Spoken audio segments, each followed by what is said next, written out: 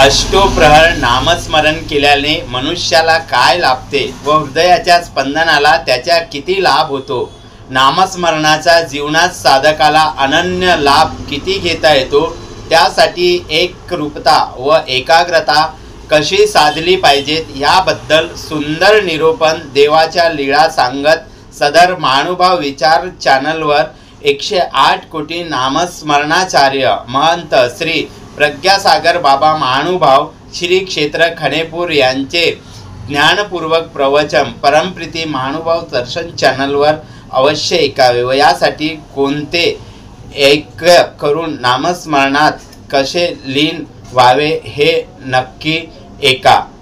त्याचप्रमाणे 108 कोटी नामस्मरणाचार्य महंत श्री प्रज्ञासागर बाबा महानुभाव श्री क्षेत्र खणेपूर यांचे विविध विषयावर ज्ञानपूर्वक प्रवचन ऐकून आपले जीवन भक्तिमय करण्यासाठी महानुभाव विचार चॅनलला अवश्य भेट द्या। दंडवत प्रणाम। सर्वज्ञ श्री चक्रधर स्वामी की जय।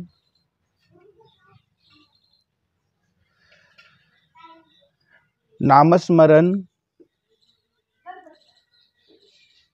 मार्गशीर्ष महिन्यामध्ये अनुष्ठानपूर्वक श्री दत्तात्रय प्रभूंचं नामस्मरण केले असता परमेश्वराची विशेष कृपा लाभते। सर्व विधींचा राजा नामस्मरण आहे। हे नामस्मरण अष्टोप्रहर अव्याहत करीत राहावं आणि नामस्मरण करीत असताना हळूहळू ते नामस्मरण बाह्य मनाकडून अंतर्मनामध्ये पोहोचतं आणि अंतर्मनामधून आपल्या हृदयाच्या स्पंदनामध्ये ते नामस्मरण पोहोचतं आणि मग जसं जसं हृदयाचं स्पंदन होतं, आपल्या हाताच्या ज्या नाड्या आहेत त्या नाड्याच्या गतीप्रमाणे नामस्मरण होतं आणि मग साधकाचं झोपेतही नामस्मरण चालू होतं राहतं। अशा प्रकारे सदोदित नामस्मरण करणाऱ्या साधकाचं नामस्मरण हृदयाच्या स्पंदनामध्ये मिसळतं, श्वासामध्ये मिसळतं आणि मग तो साधक नामस्मरणमय होऊन जातो। नामस्मरण करण्यासाठी आणि नामस्मरण बाह्य मनाकडून अंतर्मनामध्ये पोहोचण्यासाठी एकाग्रता साधली पाहिजे। नामामध्ये मन एकरूप झालं पाहिजे आणि हीच फार मोठी कठीण गोष्ट आहे। भगवान श्रीकृष्ण गीताशास्त्राचं निरूपण करीत असताना अर्जुनाने भगवंताला हाच प्रश्न विचारलेला आहे की हे भगवंता, मन हे चंचल आहे, त्याला स्थिर करून ईश्वर चिंतनामध्ये कसं लावावं। हा प्रश्न अर्जुनासारख्या महापुरुषांना सुद्धा सतावणारा आहे। मन एकाग्र कसं करावं, ईश्वराच्या चिंतनामध्ये कसं लावावं, याच्याबद्दल अर्जुनाला सुद्धा चिंता वाटत आहे आणि हे मन अभ्यासाने परमेश्वराच्या नामस्मरणामध्ये लावावं। हा अभ्यास साधकाला आवश्यक आहे।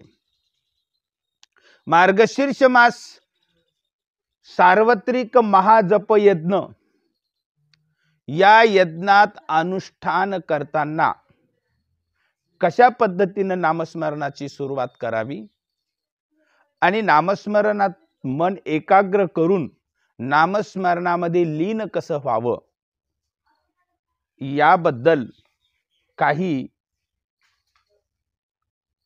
उपाय मी सांगणार आहे. आपण त्या उपायाचा प्रयोग करण्यास काहीही हरकत नाही. आपल्याला मन एकाग्र करण्यासाठी या माहितीचा निश्चितच उपयोग होणार आहे.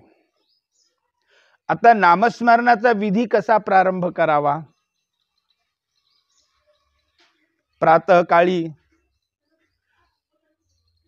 ज्याला ब्रह्ममुहूर्त म्हणतात किंवा पश्चात प्रहर म्हणतात, प्रातःकाळी 3 वाजल्यापासून ते 6 वाजेपर्यंत हा जो ब्रह्ममुहूर्ताचा किंवा पश्चात प्रहर जो आहे, सारस्वत काळ, ह्या सारस्वत काळी नामस्मरणाचा विधी करावा. नामस्मरणाला देवघरामध्ये, आपलं घर आहे, घरामध्ये स्वयंपाकघर असतं, शयन कक्ष असतं, त्याप्रमाणे देवघर पण काही ठिकाणी स्वतंत्र ठेवत असतात. आणि काही ठिकाणी नसेल तर देवाच्या निकट, आणि देवाच्या निकट, देवाच्या सान्निध्यामध्ये देवपूजेच्या आणि स्वच्छ कोरं वस्त्र अंथरून उत्तराभिमुख नामस्मरणाला सुरुवात करावी. शुचिरभूत होऊन देवपूजा वंदन करून आणि त्यानंतर उत्तराभिमुख बसून, सुखासनामध्ये बसून, की जसं बसल्यानंतर काहीही बसण्याची पीडा होणार नाही अशा सुखासनामध्ये बसून उत्तराभिमुख आणि नामस्मरणाला आरंभ करावा. नामस्मरणाचा प्रारंभ करीत असताना प्रथमतः गुरुची आठवण करावी. निमित्त गुरु. आधी नमन तया गुरुपदा, जेने दाखविले मज आनंद कंदा, तो उपकार न फिटे मज कदा, देवा परमानंदा तुची फेडी. म्हणजे आपल्याला ज्या परमेश्वराचं नामस्मरण प्राप्त झालेलं आहे श्री गुरुकडून, परमेश्वराचं नामस्मरण आपल्याला ज्यांच्या उपकारामुळे मिळालेलं आहे, त्या निमित्त गुरुची आठवण करायची. आणि आठवण करून नंतर लगेच हात जोडून पंचकृष्णांच्या नामस्मरणाला प्रारंभ करायचा आहे. प्रथमतः 5 नामाच्या 5 गाठ्या करायच्या आणि नंतर मग दुसऱ्या नामाच्या अनुष्ठानामध्ये जे आपण ठरवलेलं आहे संकल्पित जपयज्ञाचं स्मरण करायचं आहे. प्रथमतः उपकार निमित्त, ज्या श्री गुरूंच्या उपकारामुळे आपल्याला परमेश्वराचं नामस्मरण प्राप्त झालेलं आहे, त्या गुरूंची आठवण करायची किंचित मात्र. आणि आठवण करून, त्या स्मृतीची आठवण करून लगेच नामस्मरणामध्ये प्रवेश करायचा आहे. पहिल्यांदा श्रीकृष्ण नामाचा जप करायचा आहे. 1 गाठी नामस्मरण श्रीकृष्ण, दुसरी गाठी श्री दत्तात्रेय प्रभूंच्या नामाची, 3रं गाठी श्री चक्रपाणी प्रभूंच्या नामाची जपायची, 4थी गाठी श्री गोविंद प्रभू बाबांच्या नामाची जपायची आहे, आणि 5वी गाठी सर्वज्ञ श्री चक्रधर प्रभूंच्या नामाची. 5 नामाच्या 5 गाठ्या जपायच्या. आणि त्याच्यानंतर मग जे आपण ठरविलेलं आहे, अनुष्ठानाचा संकल्प केलेला आहे, ते नामस्मरण म्हणजे दुसऱ्या नामाचं नामस्मरण सुरुवात करायचं आहे. मग आपण नामस्मरणाला श्री गुरूंची आठवण करून नामस्मरणाला प्रारंभ केल्यानंतर आपलं मन नामस्मरणामध्ये सुरुवातीला एकाग्र होण्यास संघर्ष करतो. खूप प्रयत्न केला तरी मन एकाग्र होत नाही. दिवसभर ज्या काही घटना घडल्या त्या दृष्टीसमोर येतात, नको नको त्या आठवणी मनासमोर येतात, आणि आपलं नामस्मरणामधलं लक्ष विचलित होऊन आपलं ह्या व्यावहारिक जीवनामधल्या सगळ्या प्रसंगाकडे आपलं लक्ष चालल्या जातं. मुखाने परमेश्वराचं नामस्मरण होतं, पण मन मात्र इतस्ततः भरकटायला लागतं. आणि इथेच नामस्मरणाच्या विधीचा हा या ठिकाणी म्हणजे व्यर्थ होतो प्रयत्न. कारण परमेश्वराच्या नामामध्ये जर आपलं मन एकाग्र नसेल तर मग ते नामस्मरण व्यर्थच होतं. आणि म्हणून ते मन एकाग्र करण्याचा हा जो उपाय आहे तो आपणा सर्वाला करायला काही हरकत नाही. हा उपाय तुम्ही केला म्हणजे तात्काळ तुमचं मन परमेश्वराच्या नामस्मरणामध्ये एकाग्र होईल. तर नामस्मरणामध्ये भटकत असलेल्या मनाला एकाग्र करण्यासाठी प्रथमतः आपण आपलं श्वासोश्वास आणि नामस्मरणाची सांगड घालायची आहे. हातामध्ये गाठी घेऊन आपण नामस्मरणाला प्रारंभ केले असता आपण पहिलं जे नाम आहे ते नाम पूर्ण नाम चिंतन होईपर्यंत आपला श्वास आतमध्ये घ्यायचा आहे. पूर्ण श्रीकृष्ण भगवंताचं नाम पूर्ण चिंतन होईपर्यंत तो श्वास आतमध्ये घ्यायचा आहे. मुखाने नाही, नाकाने तो आतमध्ये घ्यायचा आहे. जसं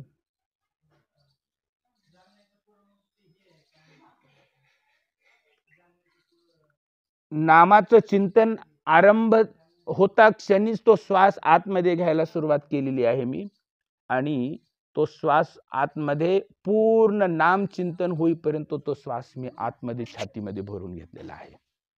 नाम पूर्ण झालं, श्वास घेण्याची क्रिया मी थांबवली. नंतर ज्याला स्तंभक म्हणतात, मग तो श्वास आतमध्ये घेतल्यानंतर तो रोखून धरला तो आतमध्ये हृदयामध्ये. तो किती काळ? परत नामाचं पूर्ण चिंतन होईपर्यंत तो श्वास हृदयामध्ये रोखून धरलेला आहे.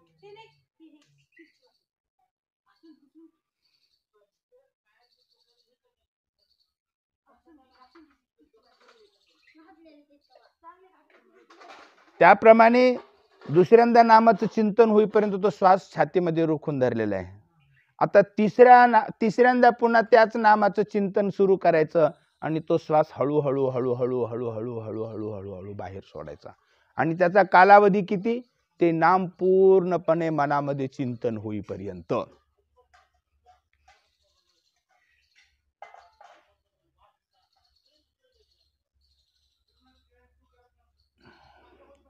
छातीत भरलेला श्वास बाहेर सोडायला मी आरंभ केला आणि नामाचं चिंतन पण आरंभ केलं, आणि ते 18 अक्षरी नाम पूर्णपणे चिंतन होईपर्यंत छातीत दाबून धरलेला जो श्वास आहे तो बाहेर सोडत गेलो आणि पूर्ण श्वास छातीच्या बाहेर काढला आणि नामाचं चिंतन संपूर्ण पूर्ण झालं तिथं.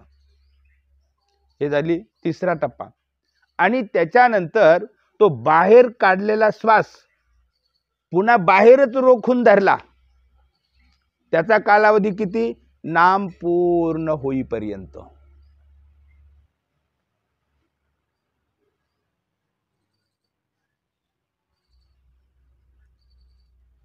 पूर्ण नाम झाले. हे झाले 4 कोणे, चौकोन.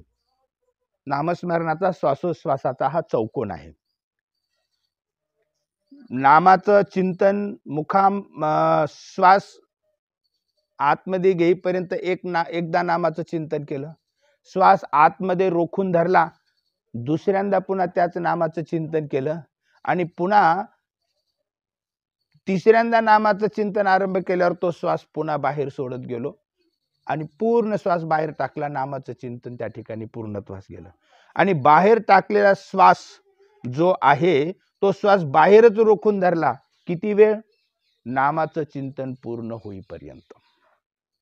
अशा पद्धतीनं नामस्मरण आणि श्वासोश्वास ह्या दोन्हीच्या गतीवरती लक्ष केंद्रित करायचं.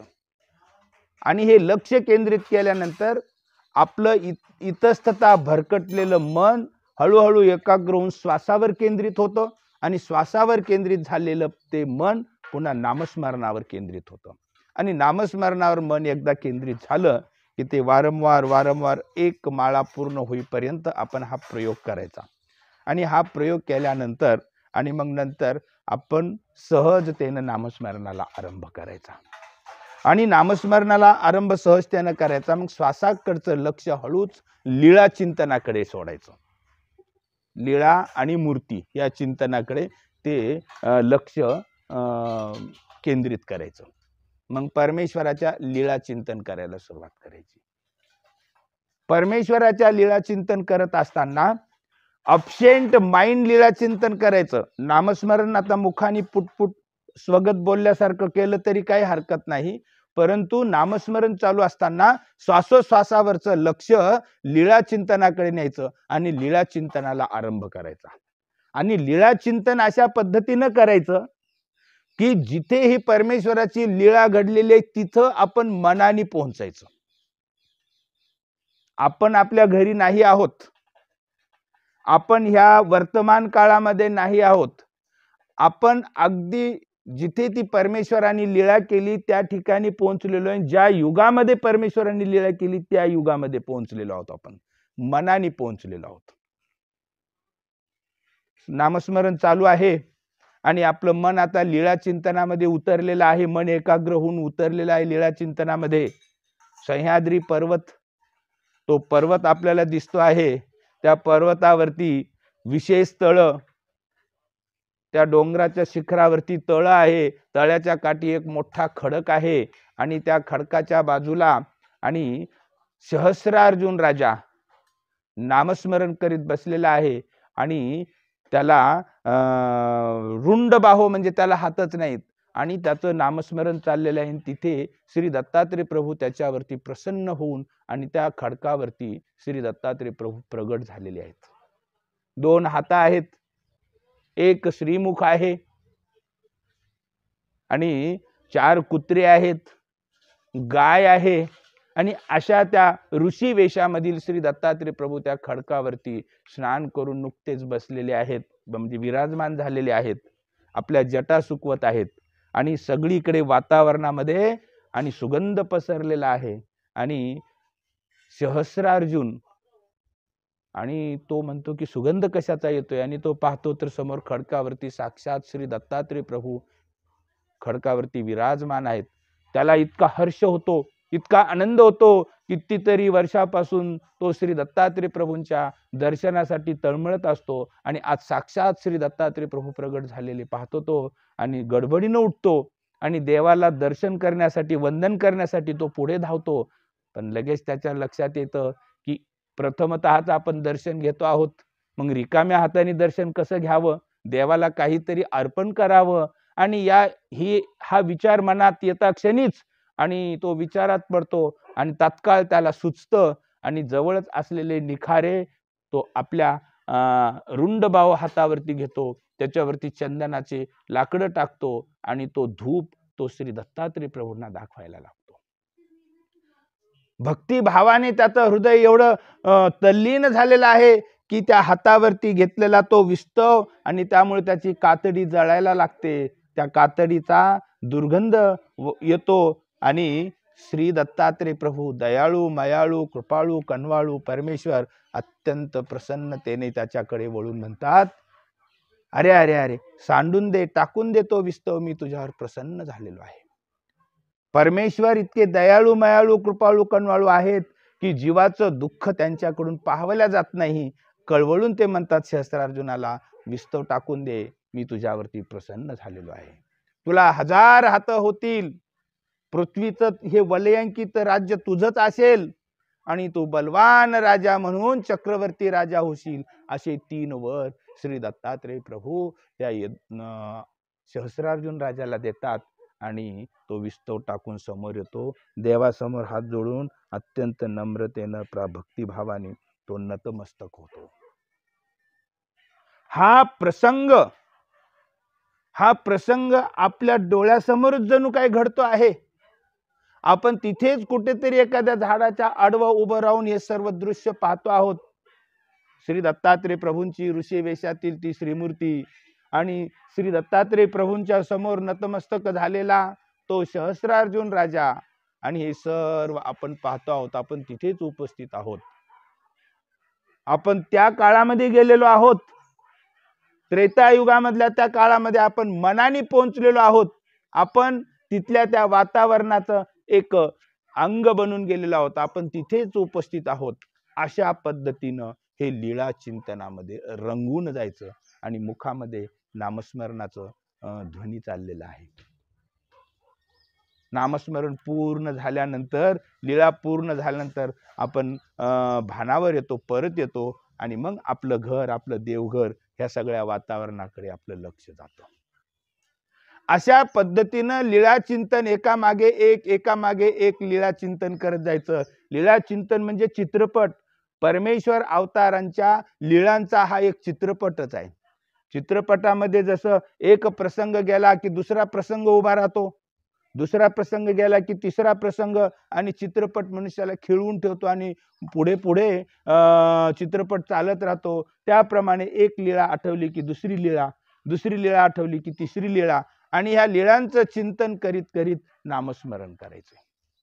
आणि अशा पद्धतीनं नामस्मरण चाललेलं असताना जर आजूबाजूच्या वातावरणामध्ये काहीतरी डिस्टर्ब होऊन आपलं लक्ष विचलित झालं आणि आपलं लक्ष दुसरीकडे गेलं की पुन्हा आपलं मन केंद्रित करण्यासाठी पुन्हा श्वासोश्वासावर लक्ष केंद्रित करून पुन्हा मोठ्याने नामजप करायचा. आणि ते इतस्तता पांगलेलं मन पुन्हा नामस्मरणामध्ये ओढून आणून त्या ठिकाणी केंद्रित करायचं. इतस्तता स्मरण करता करता जर इकडे तिकडे मन गेलं, विचलित झालं, तर पुन्हा पुन्हा मोठ्याने मुखामध्ये नाम म्हणायचं आणि ते नाम श्वास दीर्घ म्हणजे गंभीरपणे असा श्वास आतमध्ये घ्यायचा दोन्ही नाकपुड्यातून. तो श्वास आतमध्ये जाईपर्यंत नामाचं चिंतन करायचं मनातल्या मनात. नामाचं चिंतन चिंतनाला सुरुवात केली की श्वास घ्यायला सुरुवात करायची आणि नाम पूर्ण होईपर्यंत श्वास आतमध्ये घेत राहायचा. नाम पूर्ण झाले की आतमध्ये घेतलेला श्वास आपल्या छातीमध्ये तसाच कोंडून ठेवायचा. किती वेळ कोंडून ठेवायचा? पुन्हा दुसऱ्यांदा नामाचं चिंतन सुरू करून ते नामाचं चिंतन पूर्ण होईपर्यंत तो श्वास हृदयामध्ये कोंडून ठेवायचा. आणि त्याच्यानंतर पूर्ण नामाचं दुसऱ्यांदा चिंतन झालं की पुन्हा तिसऱ्यांदा नामाचं चिंतन सुरू करायचं. आत कोंडून ठेवलेला श्वास हळूहळू हळूहळू हळूहळू बाहेर सोडायचा. तिसऱ्यांदा नामाचं चिंतन पूर्ण होईपर्यंत तो श्वास बाहेर सोडायचा.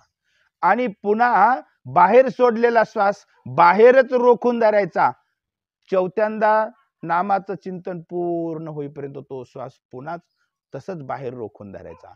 अशा पद्धतीनं नामस्मरणा करत करत त्या श्वासोश्वासावर लक्ष केंद्रित करायचं.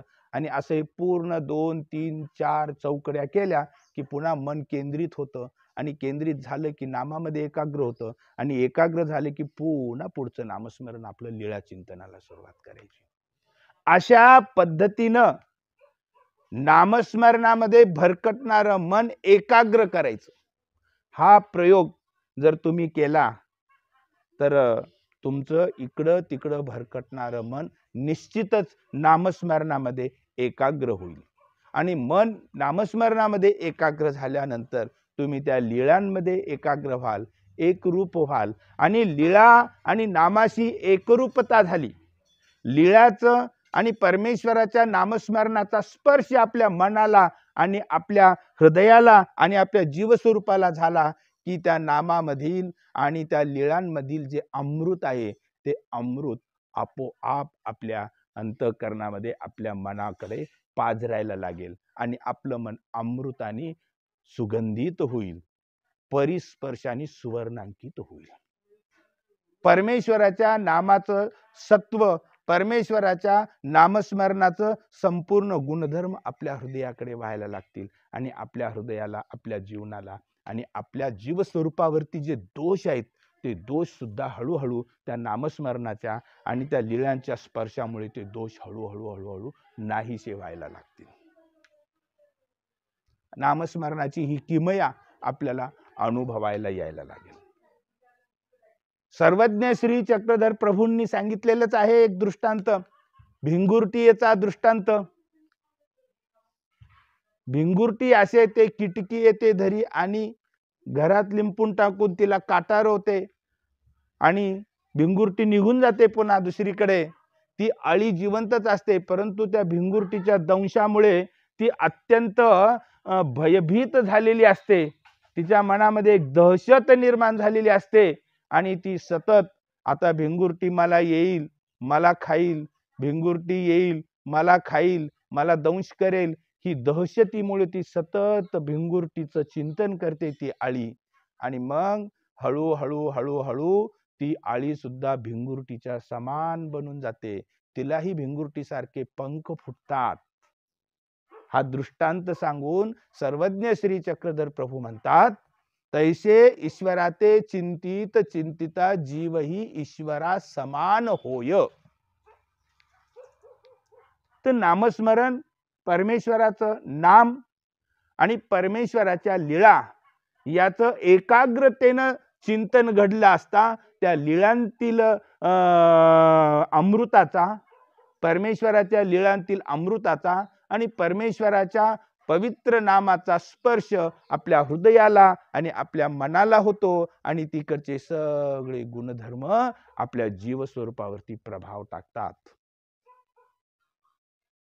परमेश्वराचे सर्वच काही जे काही पवित्र अमृत सुगंध तो आपल्या हृदयाकडे वाहायला लागतो आणि आपल्या हृदयामध्ये आपल्या जीवस्वरूपावरती आणि तो एक प्रकारचा प्रभाव टाकायला लागतो.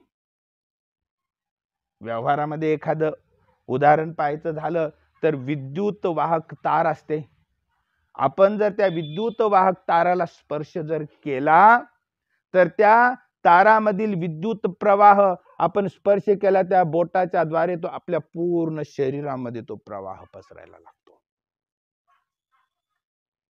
एखादा विद्युत वाहक तार असेल उघडून त्याला जर स्पर्श झाला तर त्या तारामधला आणि तो सगळा विद्युत प्रवाह आपल्या शरीराला येतो, शरीरामध्ये येतो. तसं परमेश्वराच्या नामाचा आणि परमेश्वराच्या लीळांचा जर आपल्या मनाला आणि आपल्या जीवस्वरूपाला स्पर्श झाला तर तिकडचे सगळ्या गोष्टी, सगळे गुणधर्म, परमेश्वराचे सगळं अमृत, सगळा सुगंध आपल्याकडे यायला लागतो. आणि म्हणून परमेश्वराच्या नामाशी स्पर्श आपला होणं, परमेश्वराच्या लीळांशी आपला स्पर्श होणं, परमेश्वराच्या तीर्थस्थानाशी आपला स्पर्श होणं, विशेषाशी स्पर्श होणं हे फार मोठं लाभदायक असतं. आपण तीर्थस्थान वंदन करायला गेल्यानंतर त्या तीर्थस्थानाला आपण आपल्या मस्तकाने स्पर्श करतो. त्या तीर्थस्थानांमधील मायाशक्ती, कृपाशक्ती, प्रसन्नता तो मस्तकाद्वारे केलेल्या स्पर्शाद्वारे आपल्या शरीरामध्ये प्रवाहित होऊन आपल्या शरीरामधले रजतम निघून जातात, अशुभ कर्मे निघून जातात आणि आपल्या शरीरामध्ये अमृताचा आणि सुगंधाचा संचार होतो. स्पर्श अत्यंत महत्वाचा असतो आणि स्पर्शामुळे दगडाला सुद्धा देवत्व प्राप्त होतं. अवचटे लागले चरण ते पवित्र झाले पाशान, तेथे करावा नमस्कार अनुष्ठुनी, असं श्री एकनाथ बाबा भागवतामध्ये म्हणतात. यस्य यस्य परेश्यस्य चरणांबुज सन्निधी तत्र तत्र नमस्कारो केशवम प्रतिगच्छति. जिथे जिथे परमेश्वराचा श्री चरण स्पर्श झालेला आहे तिथे आपण स्पर्श करून वंदन केले असता त्या वंदनातील सगळं अमृत, सगळा सुगंध, सगळी पवित्रता आपल्या शरीरामध्ये प्रविष्ट करते आणि आपल्या जीव स्वरूपावरती असलेले अनंत जन्माचे दोष जळून जातात. आणि म्हणून ज्या परमेश्वर अवताराने ज्या भूमीला स्पर्श केलेला आहे, संबंध दिलेला आहे, तिथं जाऊन आपण वंदन केलं, त्या संबंधाला वंदन केलं तर त्याच्यामधील सगळी पवित्रता आपल्या हृदयामध्ये येते. आणि म्हणून आमचे सर्वज्ञ श्री चक्रधर प्रभू म्हणतात, एथिचिया संबंधा गेले तेतुले ओटे गोटे आदी करुणी तुम्हा नमस्करणीय किंगा. आणि हा नमस्कार कसा करायचा आहे? स्पर्श करून, स्पर्श करून नमस्कार करायचा आहे. त्या पवित्र वस्तू दृष्टीस पडल्याबरोबर हात जोडून चालत जायचे तिथपर्यंत आणि त्यानंतर त्या पवित्र स्थानाला, त्या पवित्र ओटे गोटे विशेष पाषाणाला आणि जाऊन मस्तक टेकून स्पर्श करून वंदन करायचे. म्हणजे त्याच्यामधली सर्व वस्तू आपल्यामध्ये प्रविष्ट होतात